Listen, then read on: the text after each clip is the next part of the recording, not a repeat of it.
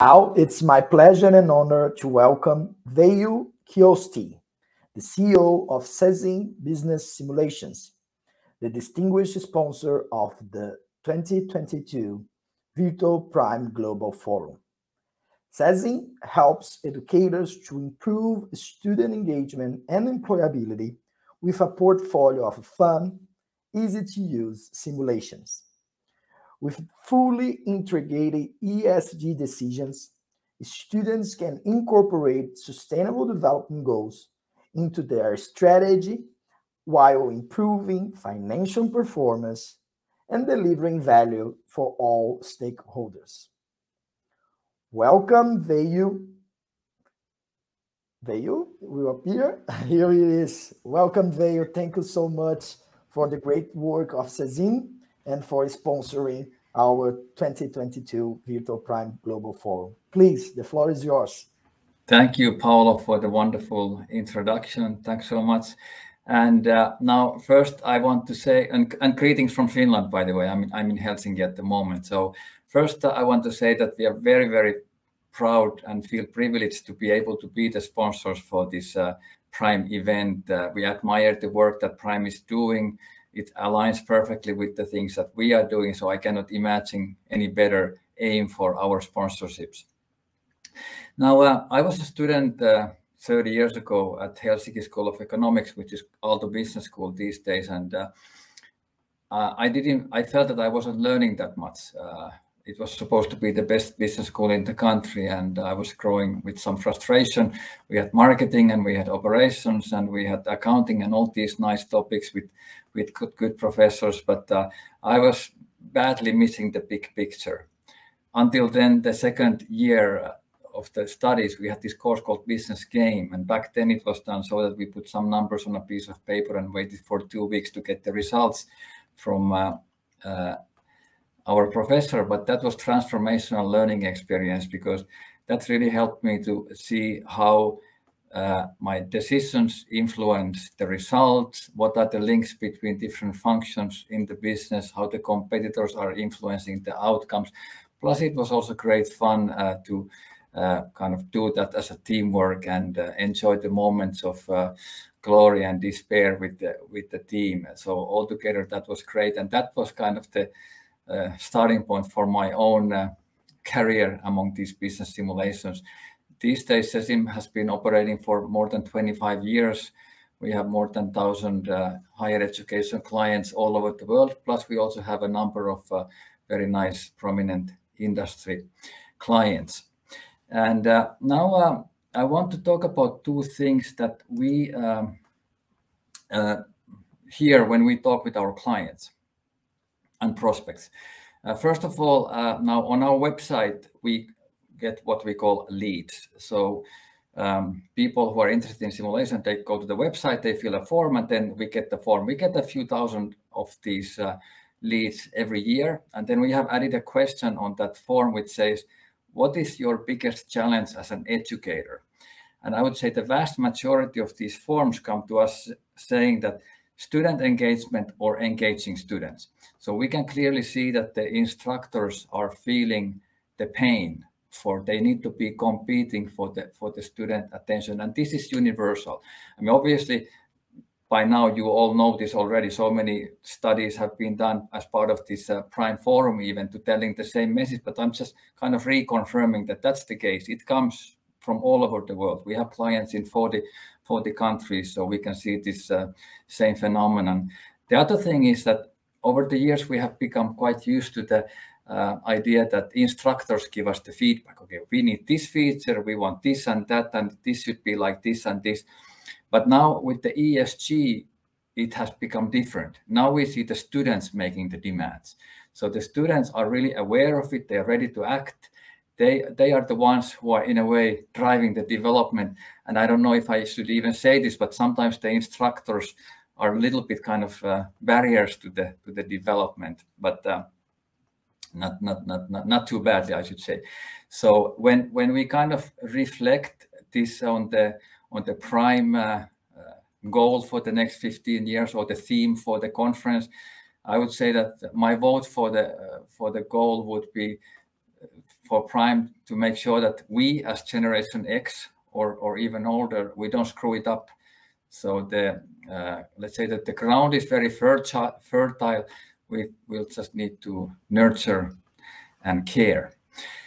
Okay, now those were the important things. Now we talk about a little bit less important but practical things, and those are the business simulations.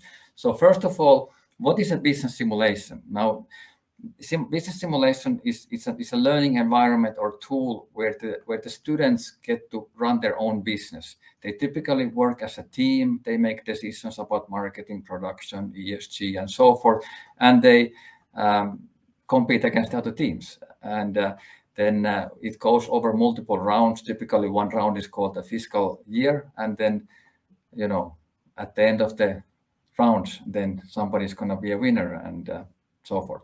So there, I have collected here some of the kind of key benefits why business simulations are being used.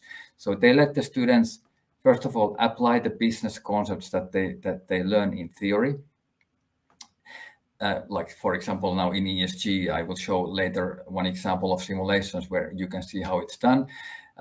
They develop holistic view to the business, like my own very transformational learning experience was very much about the big picture. They learn to cope with uncertainty. That's quite difficult to create by any other means. I would say that the simulation is second best thing to the reality. They get to practice teamwork and enjoy learning as a social process.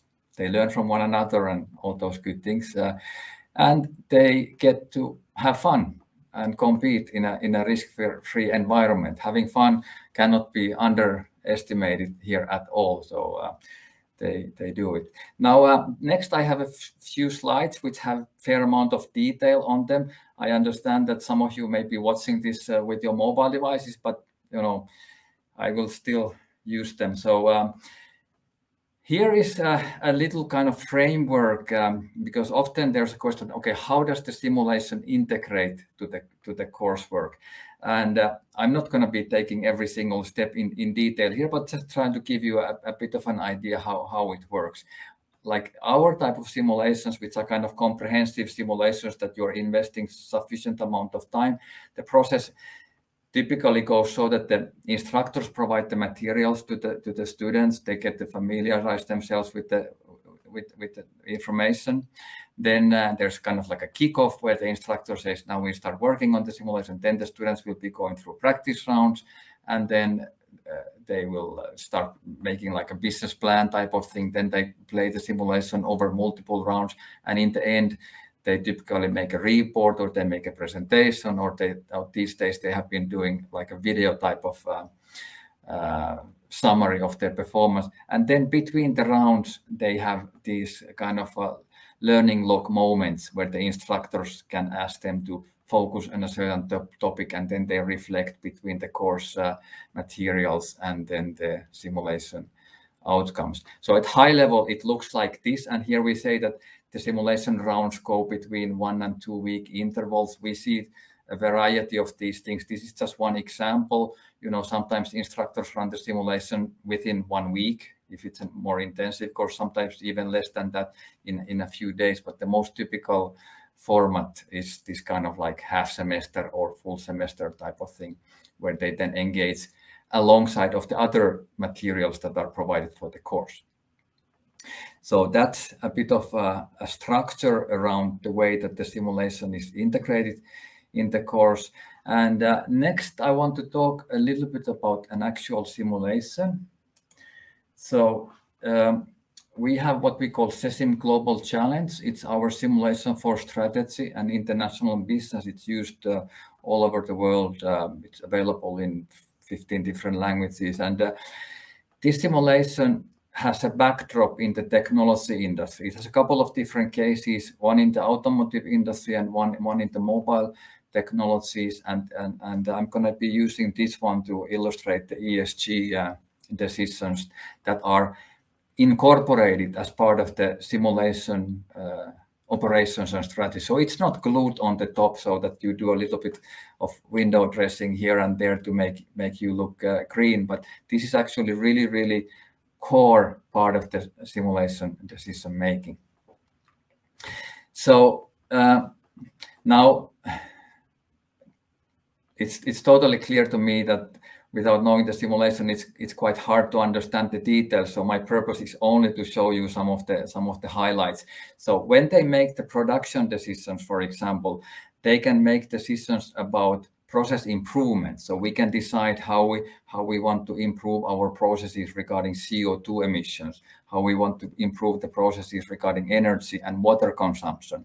We can decide how much renewable energy we are using in the operations, and everything comes with a trade-off. So it's not only about ticking the boxes and making all the nice green things, but everything comes with a trade-off in the simulation. So they need to consider those different things. And then the simulation will also show them the environmental impact.